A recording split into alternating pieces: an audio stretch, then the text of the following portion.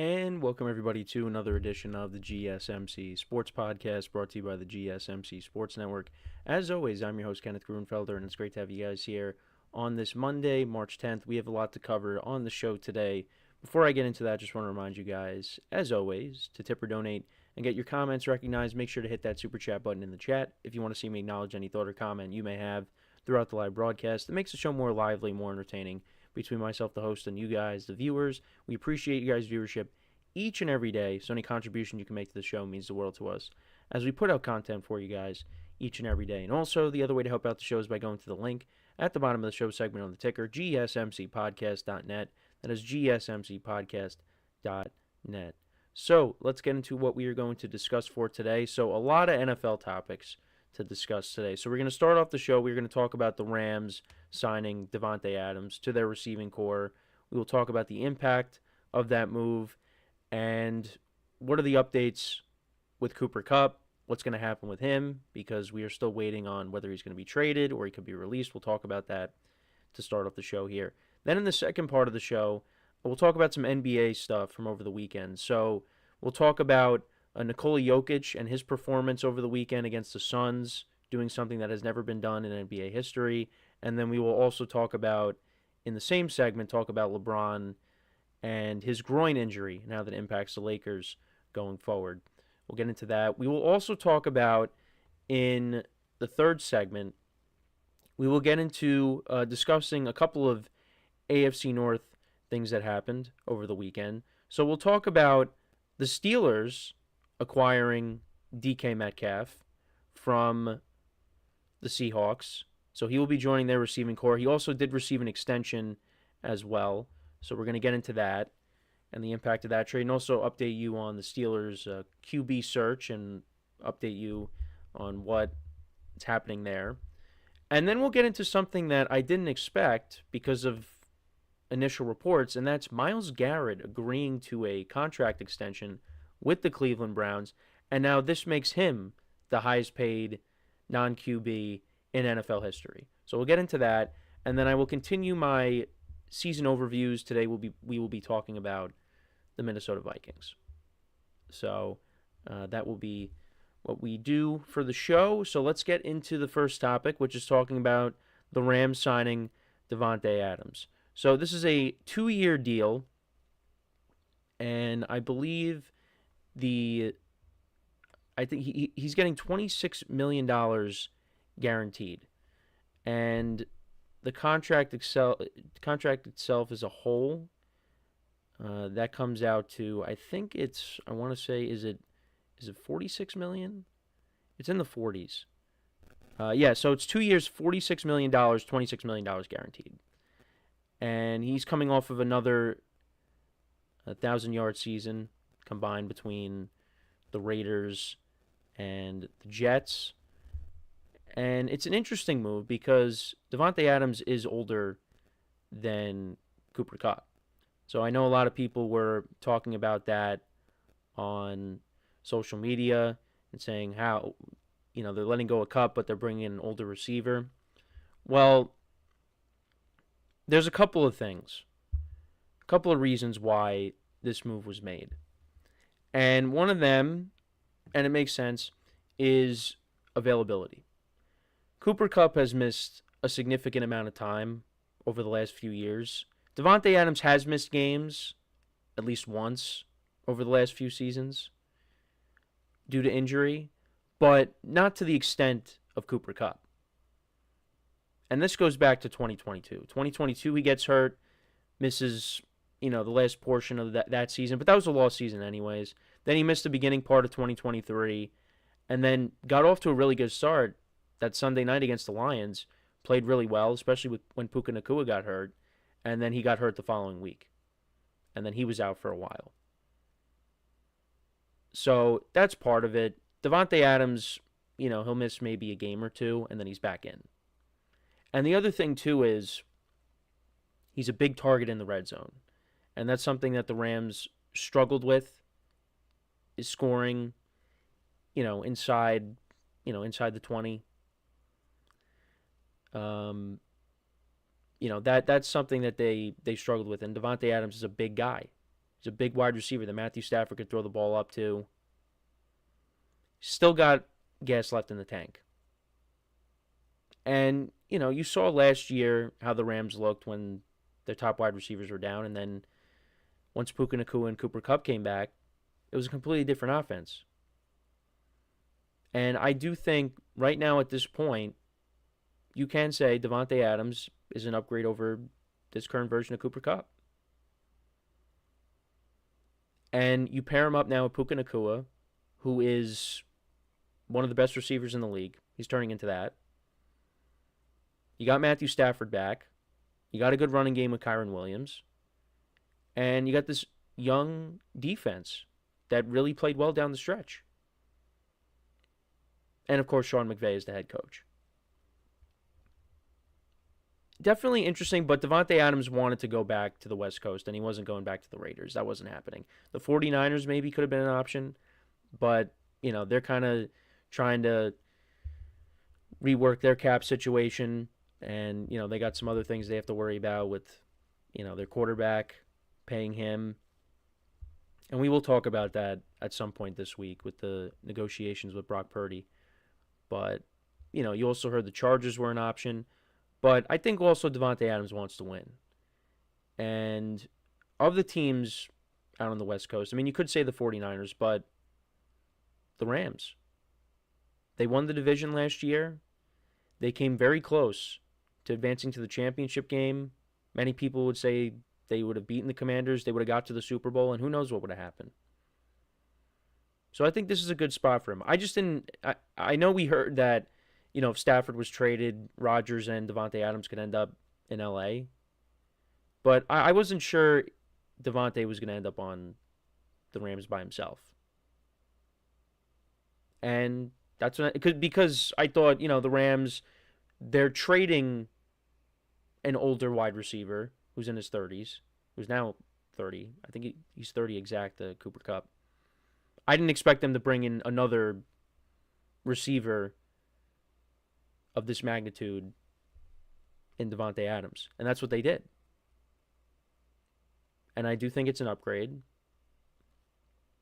And I'm really excited to see what the duo of Puka Nacua and Davante Adams has in store for us. I think it gives some fantasy owners a headache. Because now you go into the draft next year and you're like, what's going to happen? Davante Adams is going to command a lot of targets. But I think you still look at Puka Nacua as the number one guy. But Davante, he's going to get his red zone targets. He's going to get some touchdowns next year. It's going to be fun to watch. So I do like this move. I definitely do think this is a needle mover. I think this is an upgrade for the Rams. And you still have some younger wide receivers. They re-signed Tutu Atwell. Whittington is supposed to take on a larger role. Maybe they address that position in the draft. They add another young receiver. Because that's what I thought they were going to do. I thought they were just going to bring in a young receiver. But they don't do that. But I like like I said, I like this move. Let me know what you guys think, though, about this move for the Rams. How do you feel about it? For Cooper Kupp, I do kind of feel bad. And this is a business. We know that. But I do feel bad because I would have liked to have seen them figure this out before they signed Davante Adams. You release him or you trade him because you're just prolonging this. And is it too late to maybe figure something out? Because now imagine this offense with Puka Nacua, Davante Adams, and Cooper Kupp. That's the best receiving core in the NFL, in my opinion. But that's not the case. They're still trying to figure things out. And I think people are just going to end up waiting. Teams are going to end up waiting until he's released. I think that's what's just going to end up happening. But we'll have to see what happens. But let me know what you guys think about this for the Rams. How do you feel about it? I think this is a good signing. But this isn't the only thing that happened over the weekend. There was a ton of things and extensions and trades. That's why the NFL is superior to all the other sports, because even when it's the off season, they still find a way to make headlines. But we are going to take a break from the NFL because we are going to discuss what happened in the NBA over the weekend. A couple of major things that happened with Nikola Jokić and his performance over the weekend against the Suns. And then we're also going to talk about what happened with LeBron getting hurt against the Celtics, a groin injury that's going to keep him out. But I don't think it's something, it doesn't seem like it's something that's, you're going to hit the panic button with the Lakers. So a couple of NBA topics when we come back, but yeah, there was a ton of stuff that happened over the weekend in the NFL. And some of it we're not even going to get to today. You know, Josh Allen got an extension, but I wanted to save some of it for tomorrow so we could, we have some topics that we can go over tomorrow and not just jam it all into one show today. I mean, we probably could have, but I like to, I want to spread things out a little bit. So that's something we'll get into tomorrow. But yeah, I mean, the DK Metcalf stuff, him going to the Steelers and Myles Garrett getting an extension. I mean, who saw that coming? He was going to get an extension. I just didn't think it was going to be with the Browns the way things were trending towards. So yeah, we're going to get into all of that in the show today. The Josh Allen extension we're going to get to tomorrow. But when we come back from our first break, we will talk about Nikola Jokić making history and the LeBron James injury and the concern level of that. So make sure to stick around, and we'll be right back here on the GSMC Sports Podcast. I feel like I'm losing my mind. Is everybody in the world blind? Please, Lord, give me a sign, a sign. I feel like I'm losing my mind. Is everybody in the world blind? Please, Lord, give me a sign, a sign. I wanna be the greatest. Everybody on the fake shit. I look around and feel like everybody is the fakest. I make this every day and I'm impatient, hoping one day I blow up from the basement. Statement, the top is so vacant. I don't hear shit that I think is amazing. Waiting for my day when I'm playing sold out shows for 1,000 faces. Hey, give me that crown, get in my way and to be put down. It ain't your place, all this my town. If I want that shit, then I'll get it right now. I'm losing it, the noose it fits, I'm losing shit. A stupid myth, you choose to live or choose to dip. You choose to fight or lose your grip and lose a gift. I feel like I'm losing my mind. Is everybody in the world blind? Please, Lord, give me a sign, a sign. I feel like I'm losing my mind. Is everybody in the world blind?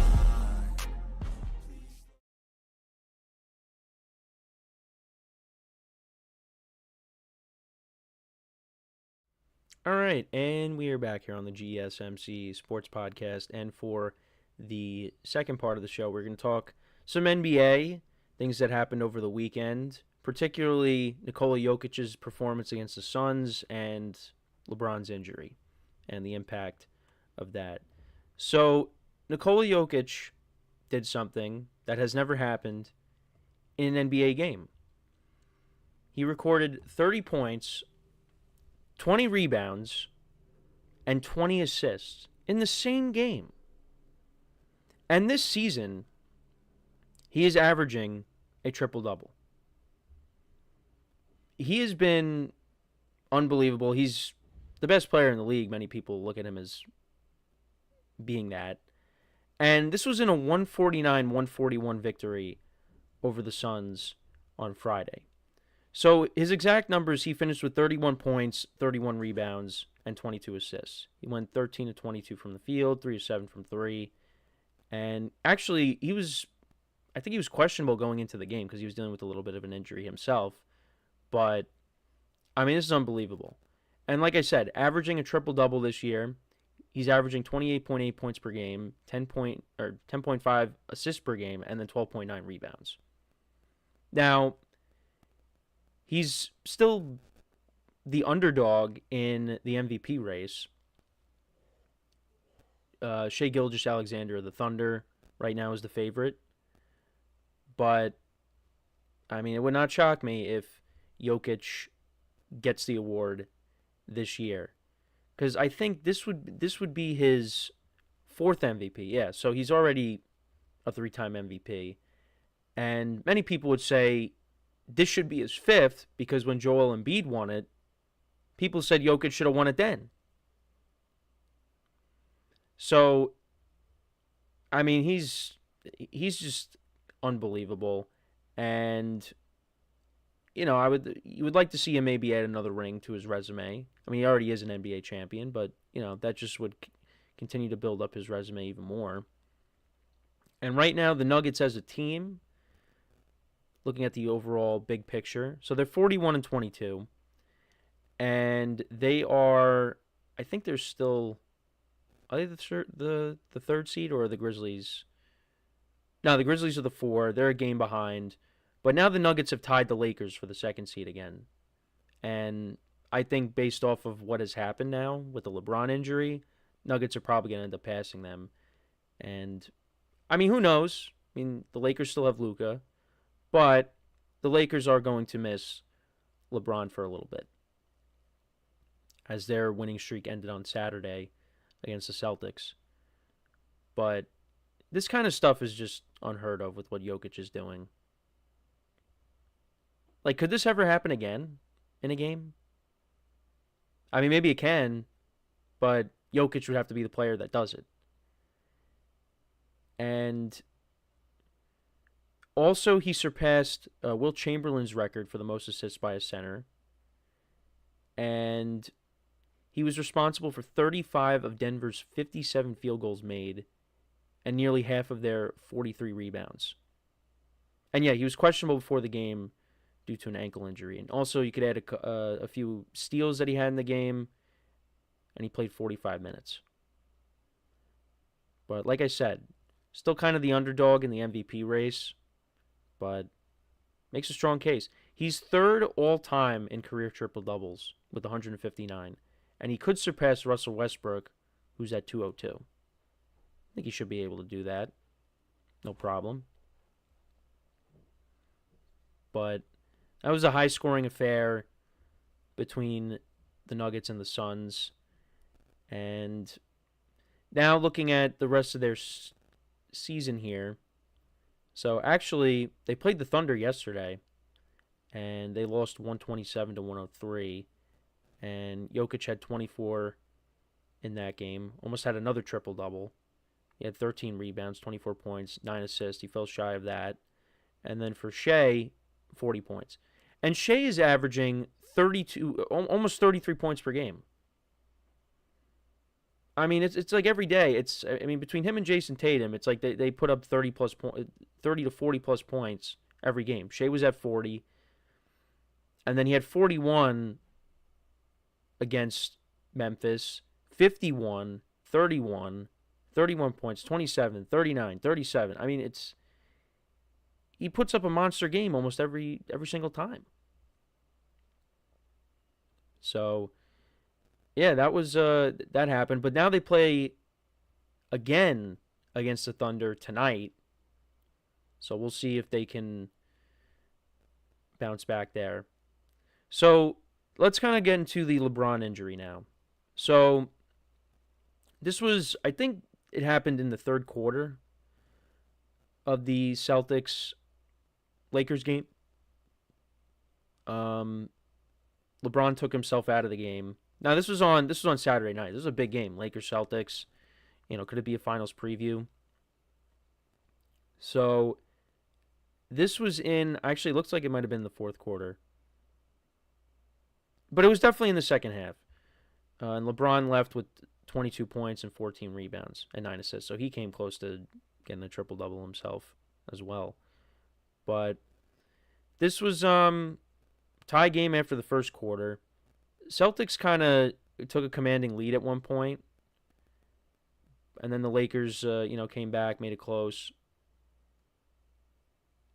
But, once we got to the fourth quarter, Lakers did make it a little bit interesting. But Celtics ended up winning by 10. And Luka finished with 34 points. Jason Tatum, like I said, 40 points. He had 35 against Philly. I mean, it just seems like he always has like a 30, 40 plus game. But that's the Celtics. I mean, they are a really good team. Now, as for the LeBron injury, it doesn't seem like it's a huge concern. He doesn't seem overly concerned about it. This is something that he's dealt with before, and it's something that's happened while he's been on the Lakers. I think his first year with the Lakers, he brought up. So it doesn't seem overly concerning. He's going to be back. And here's the thing. The Lakers have a star player in Luka. So I think he's more than capable of carrying the load until LeBron gets back. But if LeBron was out, going into the playoffs, then, the Lakers title run really is not going to happen. Because you need to have LeBron James healthy for the postseason. He has to be there. And we all know this. But you do worry because obviously he's playing into his 40s. And you don't want this to become a common thing. But it happens. And, Luka is going to step up. I know he will. And, you're getting production out of Austin Reeves. And, watching the game against the Knicks, when I did, Jackson Hayes makes plays as well. Luka and LeBron find him. They're going to have guys step up off the bench. Dalton Connect and Gabe Vincent, those guys. So I think the Lakers are going to be okay. Now, I think they will drop in the standings, but they're still going to be a playoff team, and they're going to get LeBron back, and they're going to be all right. Now, they do have some tough games coming up on the schedule. Now, they do have the Nets tonight, so I do think they should win that game, but you never know. But then you got the Bucks and the Nuggets. That's going to be tough. The Suns, I think, will be a tough game, with the big three. Then you got the Spurs. Then you got the Nuggets and the Bucks again, but this time they're at home, and the Lakers are good at home. But then the schedule kind of lightens up a little bit because you got the Bulls, the Magic. Pacers is going to be tough. Then you got the Bulls again. The Grizzlies, the Rockets. That's tough. And then when you get to April, you got the Warriors, the Pelicans, the Thunder twice, the Mavericks, the Rockets, and Portland. So a lot of playoff teams coming up on the schedule. And like I said, when talking about the Nuggets, the Lakers and the Nuggets are tied for second in the Western Conference, but then you got the Grizzlies right behind them, who are 1 game back. The Rockets are 2 games back. And the Warriors, they just don't lose since they got Jimmy Butler. 9-1 in their last 10 games. They've won 4 straight. If the Warriors keep winning, they can make things a little bit interesting now with those higher seeds. So, if the Lakers slip up a little bit without LeBron, anything can happen. But no, they're still going to finish in the top 6. They might not be the 2 seed, but they should be at least, the 3 or the 4. And now, if this happened, if LeBron got hurt and they had Anthony Davis, well, I'd feel a little bit different on this subject. But mainly because Anthony Davis has his own injury issues. But I think with Luka, as long as they have him, they're going to be in every single game. And I think they will be able to tread water. I think they'll do more than just tread water until LeBron comes back. And then, they'll be ready for the postseason. Just as long as he's ready for the postseason. Because if he's not, then, we're out on the Lakers.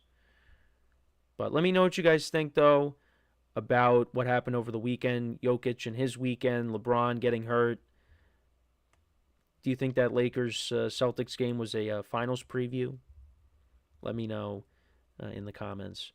But before we go to break, just want to remind you guys once again to tip or donate and get your comments recognized. Make sure to hit that super chat button in the chat if you want to see me acknowledge any thought or comment you may have throughout the live broadcast. It makes the show more lively, more entertaining between myself, the host, and you guys, the viewers. We appreciate you guys' viewership each and every day, so any contribution you can make to the show means the world to us as we put out content for you guys each and every day. And also, the other way to help out the show is by going to the link at the bottom of the show segment on the ticker, GSMCPodcast.net. That is GSMCPodcast.net. So, when we come back from our next break. We'll get back to football. We will talk about the DK Metcalf trade. Steelers acquired DK Metcalf, what that means for this team, and also I will talk about the quarterback situation and give you some updates on that. So, with that being said, stick around, and we'll be right back here on the GSMC Sports Podcast. Looking for your daily fix of sports talk without having to pay for it? GSMC Sports Network is available on YouTube. Just search GSMC Sports Network. Get your fix of daily sports talk shows on YouTube, absolutely free. NFL, college football, NBA, MLB, MMA, UFC, fantasy football, and so much more. GSMC Sports Network has shows running all day long, with new sports shows starting every 2 hours. Just like on your favorite cable sports channel, except GSMC Sports Network is absolutely free. Just search GSMC Sports Network on YouTube to catch one of your new favorite shows, like the GSMC College Football Podcast, Chip Shot Football Podcast, Hoops and Heels Women's Sports Podcast, GSMC Basketball Podcast, and so many more. Check it out for yourself. GSMC Sports Network, now available on YouTube absolutely free. Search GSMC Sports Network on YouTube right now.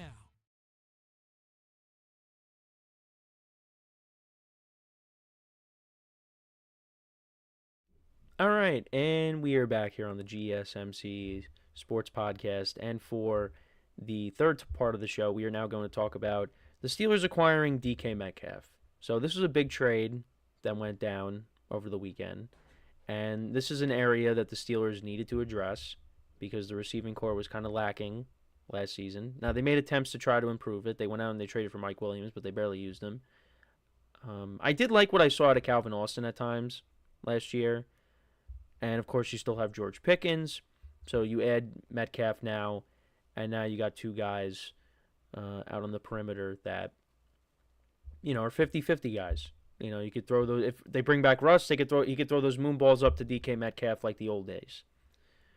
But I do like this move. Now, I think the money, a lot of people were kind of scratching their heads over the contract because, you look at DK Metcalf and you say, is he a top 10 receiver? Probably is outside the top 10. The Steelers did give up a second-round pick. This upcoming draft, they gave up their second-round pick. And they signed Metcalf to a 5-year, $150 million deal. And he is 27. Now, you could say that the money is a little high for him. But he is coming off of a season where he had just under 1,000 yards, only had 5 touchdowns on the year. So you're hoping that you can get better production out of him in this offense. But the thing is, who's going to be playing quarterback? That's the $1 million question. Who's going to be playing quarterback for the Steelers in 2025?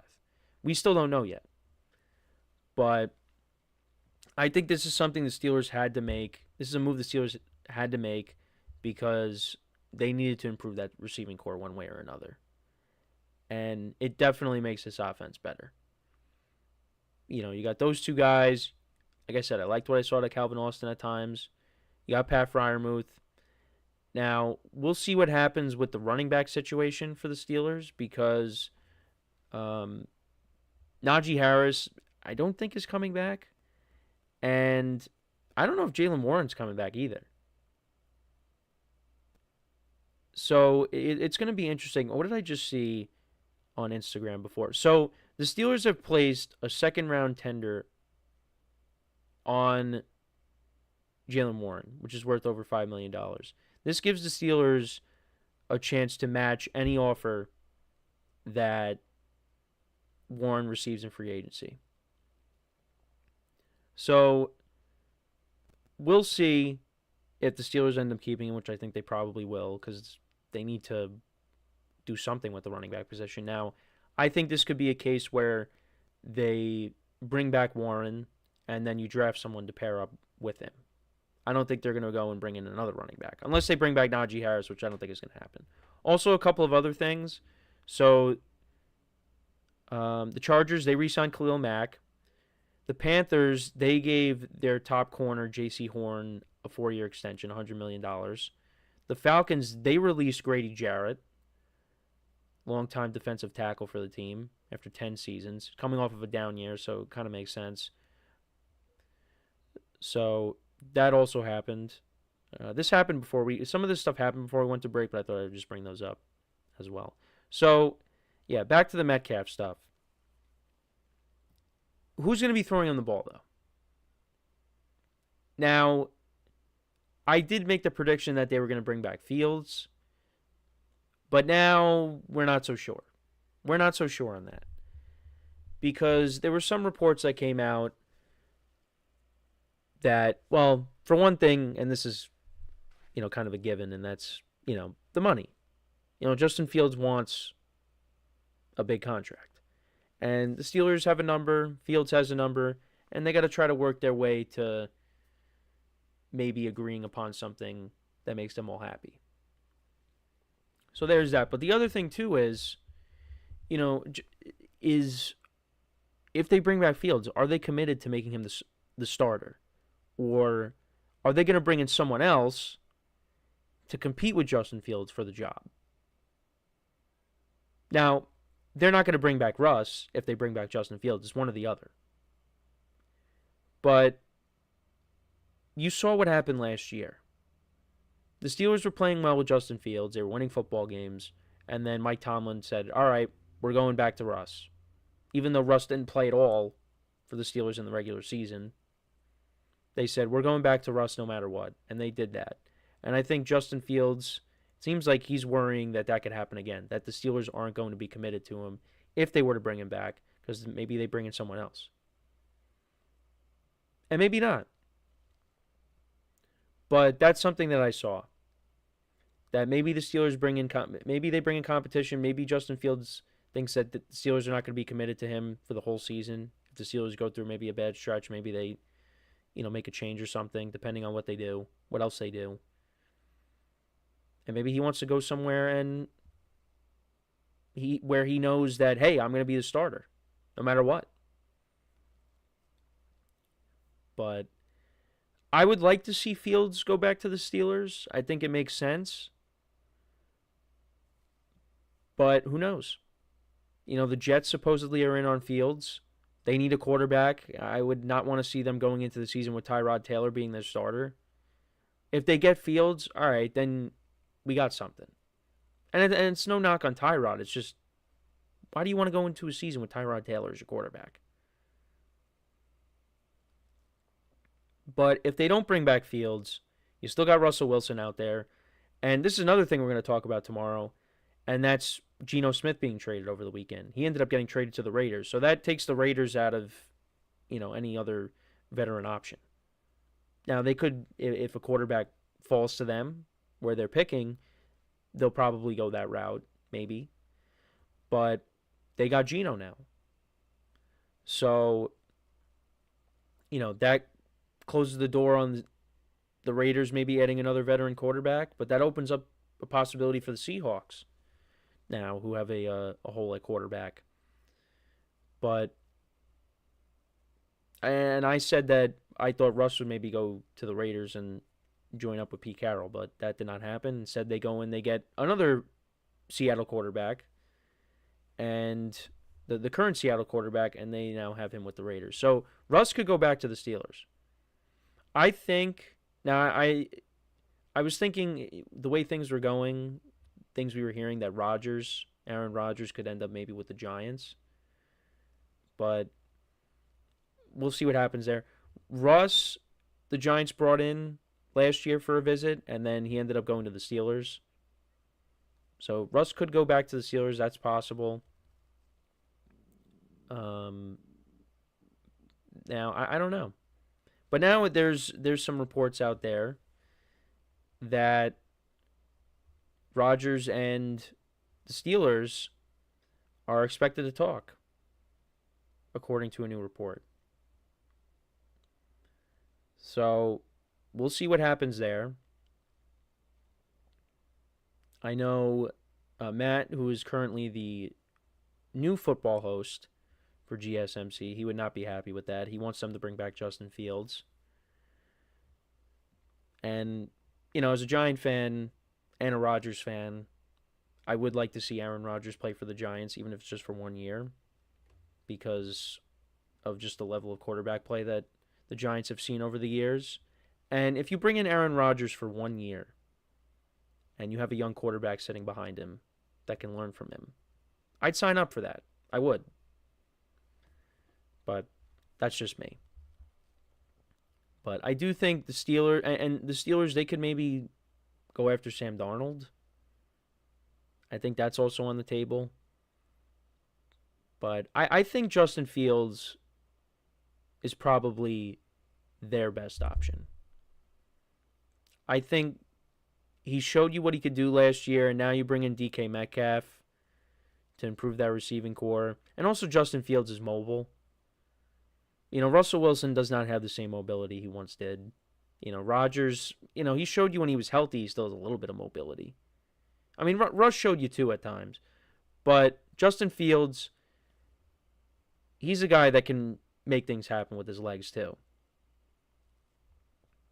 So, I think they should try to work things out. But if not, then, maybe they go with the veteran. They go with Russ again, or if they go with Rodgers, maybe. We'll see. But let me know what you guys think, though, about the DK Metcalf trade, and what do you think the Steelers are going to do at quarterback. It's going to be very interesting to see how that all plays out. And, you kind of see what's going on over in Cincinnati and with the Browns. I mean, whatever the Steelers do, I think overall as a team,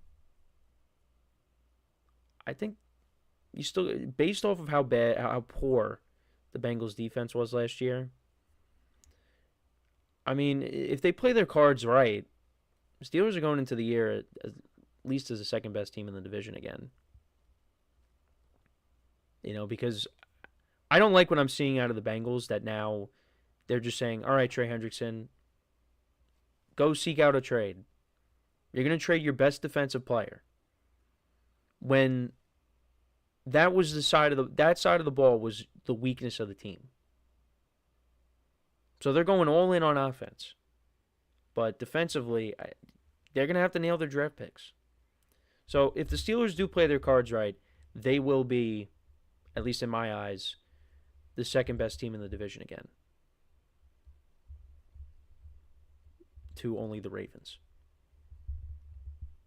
I mean, again, that's just me. We're very early on in the process, and we will see what happens this week, because we are going to see more stuff. There's going to be stuff that happens when we get off here today, and I'll be like, man, I wish I was on while that was going on. But I'll have to keep checking social media periodically, especially during the breaks, in case something happens, something major goes down. But Davante Adams and DK Metcalf have gotten things going when it comes to the receivers. And there's still some other receivers out there. You got Chris Godwin, who's out there. Brandon Cooks is a free agent. Stephon Diggs. We'll see what happens with T. Higgins. Could Brandon Ayuk be traded now? We did see Deebo Samuel also get traded, so that kind of got the ball rolling as well. And Christian Kirk was traded. But yeah, Davante Adams was probably the first major signing, because we've had 3 of the 4 wide receiver moves that I just mentioned, they were all trades. Deebo, Kirk, and now DK. So now we got to see where these quarterbacks are going to end up. Rodgers, Russ, Sam Darnold, Fields, Kirk Cousins supposedly, he met with, well, not supposedly, but he did meet with Arthur Blank. He wants to go somewhere and start. So he could end up being traded or, released. We'll see. Falcons want to keep him as a backup, but it's not going to happen. So, yeah, let me know what you guys think, though. We are going to take our next break, though. And when we come back, we will talk about the unlikely outcome. I didn't expect this based off of what we were hearing. Many others, same thing. And that is Myles Garrett signing a contract extension with the Browns. So we will talk about that when we come back from our next break. So, with that being said, stick around, and we'll be right back here on the GSMC Sports Podcast.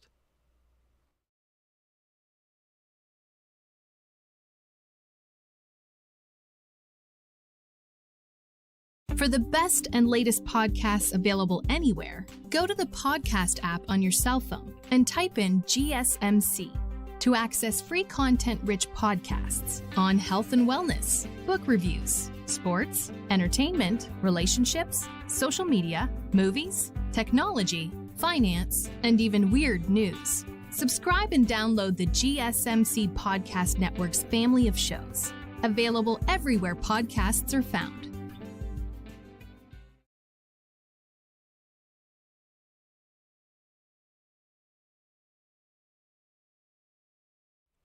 All right, and we are back here on the GSMC Sports Podcast, and for the fourth part of the show, we are going to talk about Myles Garrett signing a massive contract extension with the Cleveland Browns. So, we've talked about this recently. The way things were trending, and what we were hearing constantly, it did not seem like Myles Garrett was going to come back to the Browns, and that no matter what the Browns would do, Myles Garrett was committed to getting out of Cleveland and going somewhere else. And he would do whatever it takes. And you were thinking, well, I was thinking, well, if he's willing to do whatever to get out of Cleveland, and the Browns don't want to trade him, they're going to be on this standoff here, and this is going to go into next season, and he could end up missing games. But of course, we were very far away from that. Anything can happen. And yeah, here we are. Myles Garrett agrees to a contract extension. Now, the specifics of the deal. So, this contract takes him through the 2030 season. So, he signed a 4-year extension with the Browns. $40 million of an annual salary. $123.5 million guaranteed. No trade clause included. And we talked about Max Crosby getting the highest paid non-quarterback contract. Well, Myles Garrett said, hold my beer. And now he is now the highest paid non-quarterback in NFL history now. And, we could sit here and say, what changed? Well, I guess the easy answer is money talks. I guess maybe Myles Garrett realized I can't pass up on this. Am I going to get a deal like this elsewhere? Maybe. Maybe if he got traded to the Eagles, they'd give him that money. Look at what they did with Saquon. But he got a big payday, and now he's looking to try to, bring in more free agents to help this Browns team. But the Browns don't have a lot of cap space. Right now, they only have a little over $4 million in cap space. So there's really not a lot of wiggle room for them at the moment. Now, that doesn't mean they can't clear more cap space, but still. Anthony in the chat, hope everything's well. He said, I think Myles Garrett played the media, NFL fans in general, those masterstroke on his part to be able to get a contract with Cleveland. Maybe, because that's all we were hearing was it's a standoff. He does not want to sign a contract extension with the Browns. He's going to do whatever he has to do to get out of Cleveland. He wants to go to a contender, and you're hearing the Eagles were in on him, the Commanders, all these teams. I mean, pretty much every team, you could say, was saying, yeah, maybe we could get Myles Garrett. But the Browns were like, nope, we are not taking any calls, and they were able to come to an agreement, and he is now going to stick around in Cleveland, and we'll see what they do with that top pick. I mean, could they go and, pair him up with Abdul Carter? Are they going to take a quarterback? Because you're hearing the Browns could take a quarterback. Maybe they don't like the quarterbacks that are in this draft. I mean, they're going to have to do something. I mean, maybe if Kirk Cousins shakes loose from Atlanta, they bring him in. Kevin Stefanski, the familiarity there. The Browns still have good players on this team, but they need to figure out this quarterback situation. Because it's not going to be Deshaun Watson. It's not. And he is the main problem with this team because this team really can't do anything because of how big his contract is. I mean, they're trying their best, to clear cap space so they can get under the cap before, the new league year officially starts. But this contract is really hurting them. And he's going to be a non-factor next year. Anthony also in the chat says, I think Micah Parsons is going to break this record when he signs his extension with the Cowboys or doing the sign and trade with another team and they sign him. Yeah, so the Cowboys and Micah Parsons have begun negotiations. I know, I'm pretty sure I saw that. Yeah, that would not surprise me. That would not surprise me. And I think I said this too on a previous show as well, that, you know, we always see, whenever these players now sign their new deals, you'll always see, oh, now this is the largest contract in NFL history. This is the, you know, the largest non-quarterback contract in NFL history. Well, it just keeps getting broke every single time, every single year. And now when the salary cap keeps going up, it's going to be the same thing. Jimmy Haslam has screwed them by signing Deshaun Watson to that massive contract. Yep, absolutely. Absolutely. This contract with Deshaun Watson has been an absolute failure. And not only that, but just giving up assets to get him. You gave up 3 first-round picks. I mean, it was one of the worst trades in NFL history. It really was. And they got to figure out the quarterback situation. You know, could they be a team that brings in a veteran instead of drafting one? I don't know. Listen, they got the number 2 overall pick. They could do a lot with that. You know, because maybe, you know, the idea, I think I floated it around because I think I heard it from somewhere, and that's, you know, if they traded Myles Garrett, then, you know, you draft Abdul Carter, and then he becomes, you know, that generational talent on defense. But I don't know. I really don't know. Because a lot of stuff you read, it could be a smokescreen, and we've said that. And also Anthony in the chat, when I say Micah Parsons breaks this record, his AAV, he's going to get paid $85 million per year. That's a lot. That's a big number. That's a really big number. I don't know about that. $85 million per year.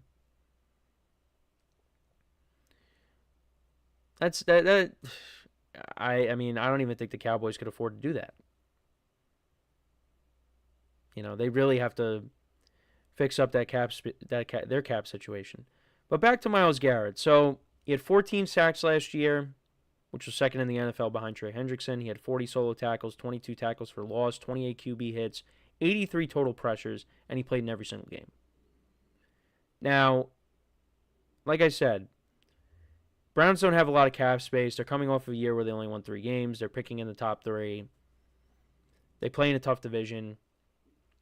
Right now, because of their quarterback situation, like even with the Steelers, they don't have a quarterback right now, but I do think the Steelers are in a much better situation than the Browns are.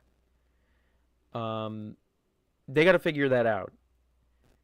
And I would think maybe you bring in a veteran. They are going to do that. And then maybe they draft one of the quarterbacks. But then again, I don't know. I don't know. Now, Garrett's agent spoke on what changed, and he said, Andrew, Barry, and I spent the last 36 hours getting the deal done. Myles has a change of heart. He's excited to go from Cleveland to Canton and chase a championship in Ohio. When he made that decision, he said, I want to get this done before free agency so I can start recruiting free agents so I can help the team. And I said, all right, we have 24 hours to get this done, and they did it. So, and this was courtesy of WKYC.com. Yeah, I look, I was surprised. I thought that he was going to be committed to holding out and trying to get traded, but that did not happen. Like I said, money talks. Money talks. He really changed his mind. Because I just looked up, what could have changed. But it really just comes down to, hey, he got a massive contract and he could not pass it up. So he's sticking around. And I think Browns fans are relieved because if they would have lost Myles Garrett, then it's like, when are they ever going to have, again, like a franchise player that's going to stay around for their entire career in Cleveland? I mean, you had Joe Thomas. I'm talking about recently, But, yeah, I mean, I don't really know what else the Browns are going to do because, they are limited. But we'll see. We'll see. But this is, good for them. I'm happy as a Giant fan because I would not want to see him end up on the Eagles or the Commanders because that would make the Giants' lives even harder to try to get out from underneath the basement of the NFC East because they're already trying to, work their way back up, but it's going to take a lot. It's going to take a lot, especially when you have all three teams in a better situation now. And you had 2 out of the 3 make it to the championship game, and one of them just won the Super Bowl with your former running back. So, yeah, I am happy that Myles Garrett did not get traded to an NFC East team. Now, he does stay in the AFC North, and my dad's a Steelers fan, so he still has to deal with him. But, hey, who cares, No. But yeah, this is good for the Browns to get this done, but they still got a lot of needs to address, and I don't know how they're going to do it. We'll see. We will see what happens. But let me know what you guys think about the Myles Garrett deal. What are your thoughts on that? Let me know about that in the comments. And we are going to take our final break of the show now. And then when we come back, we will do a season overview on the Vikings. Talk about the kind of season they had, what they are planning on doing this offseason to try to... I mean, I don't really know how to say... I don't really know if I want to say improve. But there's some things that they have to address this offseason. I mean, they won 14 games last year. If anything, they might win less next season. But we'll talk about the season they had, some questions going into the offseason, what they can do, what positions do they need to address, whether it's in the draft or free agency. We will get into all that when we come back from our final break of the show. So, for one final time today, make sure to stick around, and we'll be right back here on the GSMC Sports Podcast.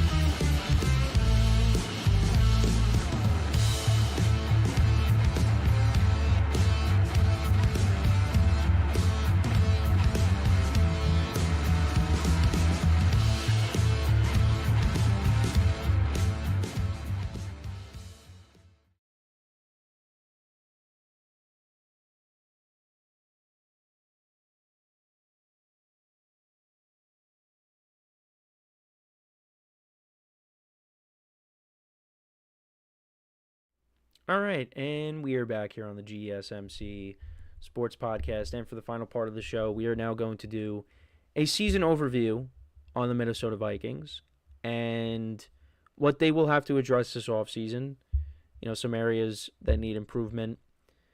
And look, there's not really that much that they can improve on in terms of the overall roster. Now, there's one key position that there is a question mark at, which we will discuss.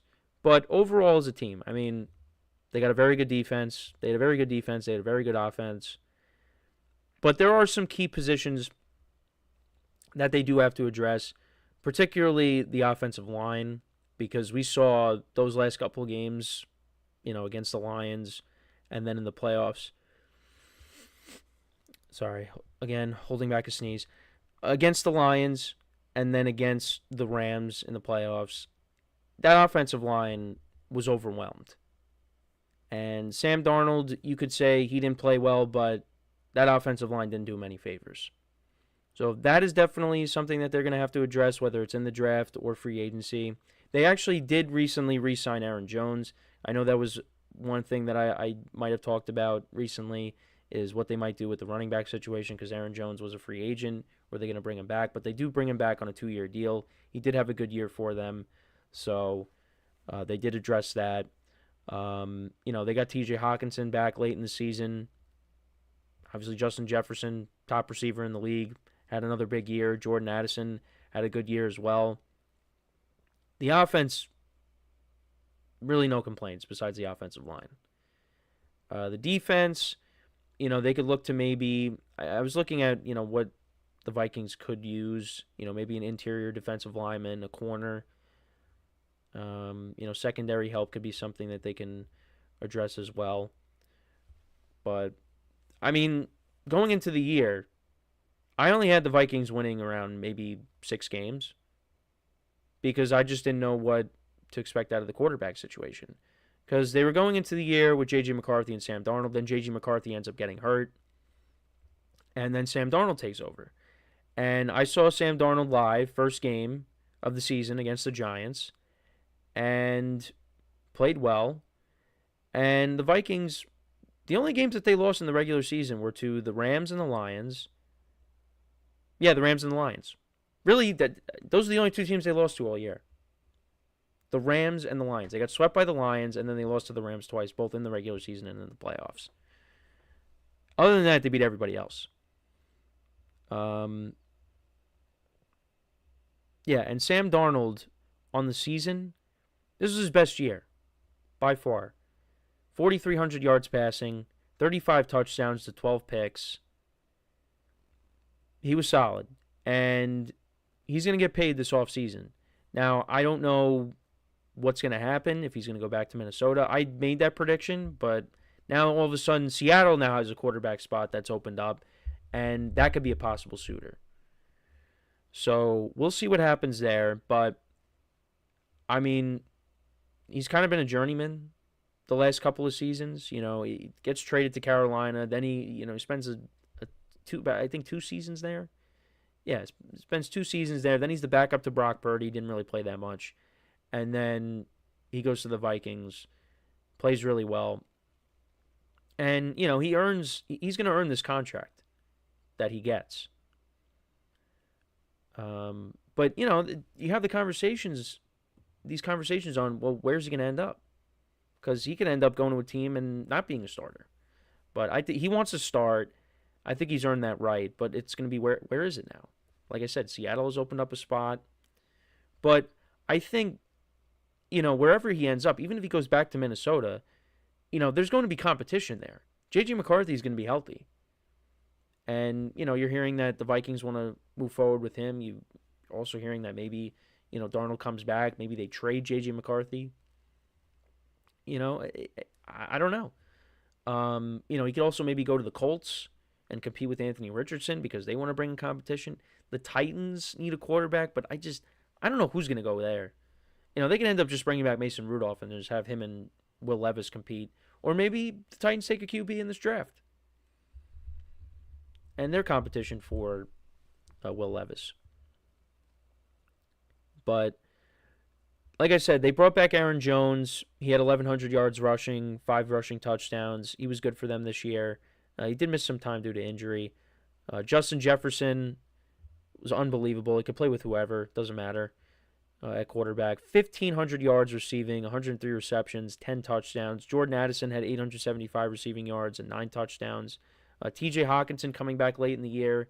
He had 455 receiving yards. He's going to have a better year next year, being back the whole year. Jalen Naylor had 6 touchdowns on the season.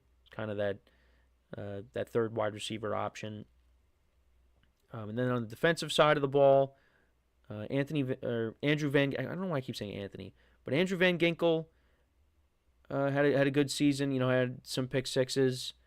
One was against the Giants. One was against the Jets. You also had Blake Cashman, who had 4.5 sacks. And also, Van Ginkel had 11.5 sacks on the season. Jonathan Grenard, who they got over from Houston, he was a good signing. He had 12 sacks on the season. Patrick Jones, their other defensive end, he had 7 sacks on the season. Vikings defense was solid. And, they did come up flat the final 2 games. You expected them to do more. I mean, you expected the NFC North to do more as a whole. That was the best division. And they didn't win a single playoff game. You had the Vikings and the Lions coming down to the last game of the regular season. And both teams were at 14 wins.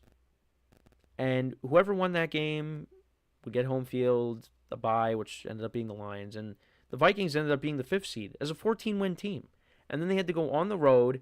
They didn't play the Rams in L.A. They played them in Arizona because of all the wildfires that were going on. And the Rams dominated them in that game. That game was never close.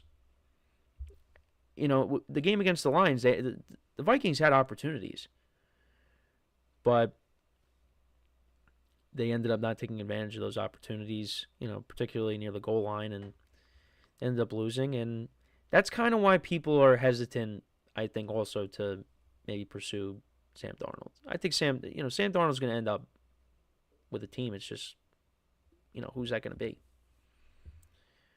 But like I said, there's some areas that they need to address. The quarterback situation, though, what's going to happen? Are they going to bring back Sam Darnold, or are they just going to ride with J.J. McCarthy?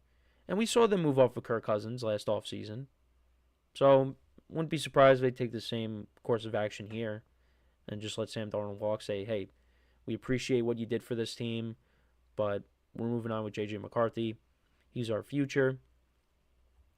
I don't know. My logic is you bring back Darnold if you're able to, if the price is right, and you let J.J. McCarthy sit, and then, at some point maybe you go to him. But at the same time, is Darnold going to want that?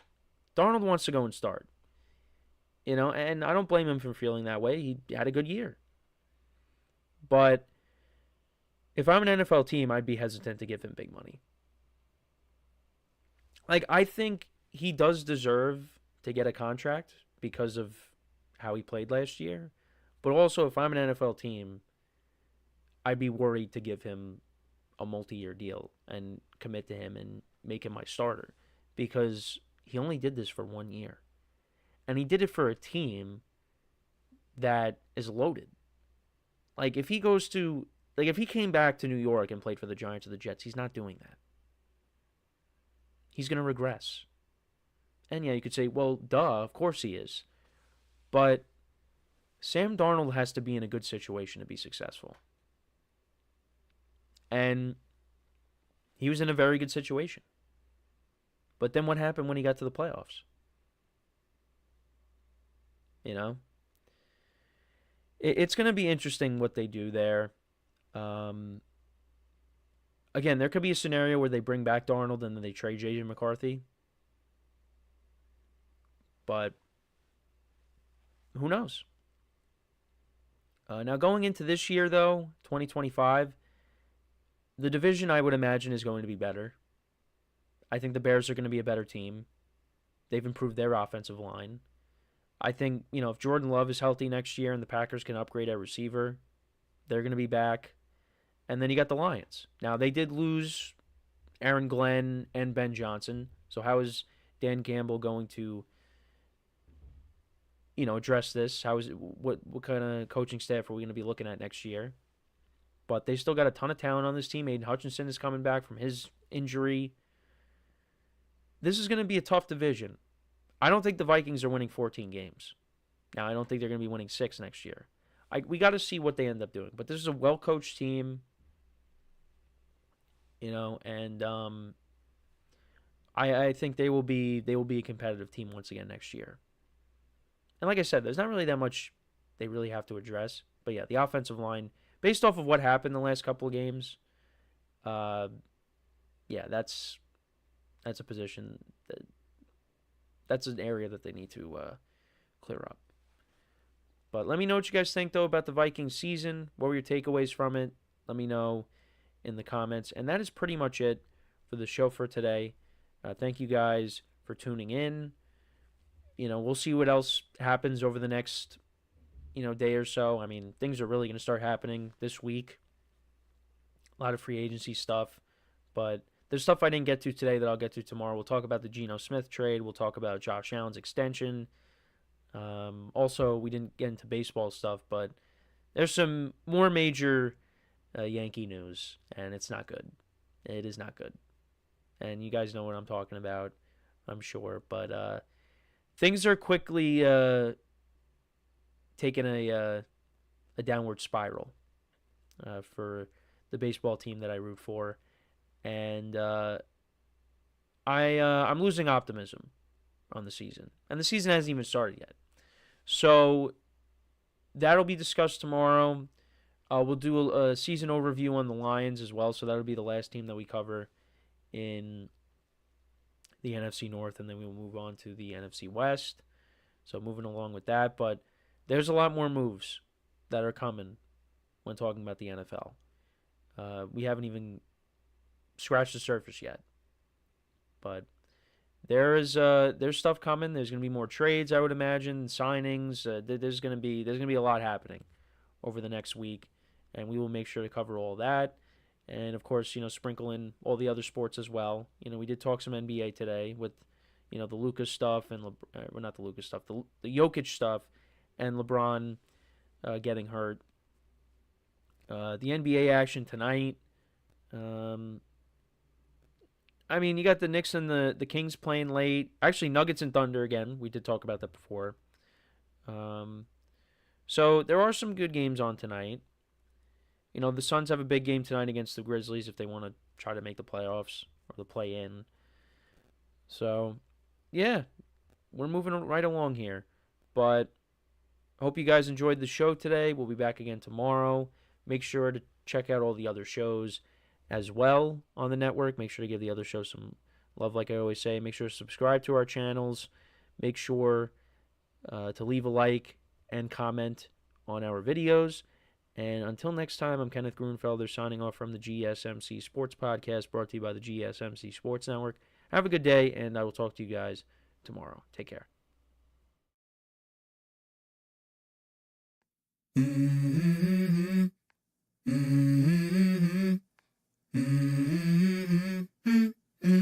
Let's go.